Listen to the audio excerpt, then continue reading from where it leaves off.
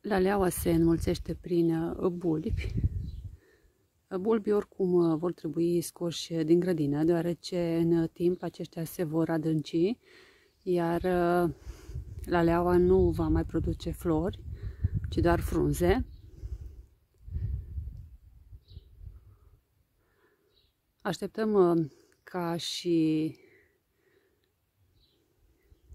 florile să se usuce înainte de orice manevră. Apoi, după ce petalele lalelelor au căzut, se taie partea superioară pentru a nu dezvolta aici semințe și pentru a-și forma jos noi bulbi. Apoi, pe timpul verii, după ce frunzele, tulpina începe să se usuce, se scoate cu ajutorul unui proleț bulbul din pământ.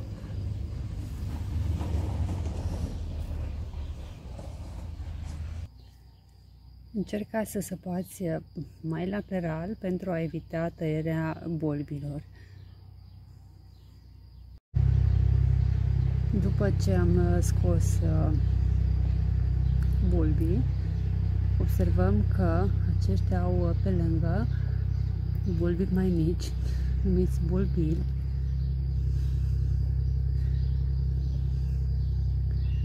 Încă nu îi vom desprinde, îi vom pune într-o cutie undeva la temperatură scăzută, eu îi pun undeva în beci, după ce scot toți bulbii, iar apoi îi voi replanta undeva în toamnă.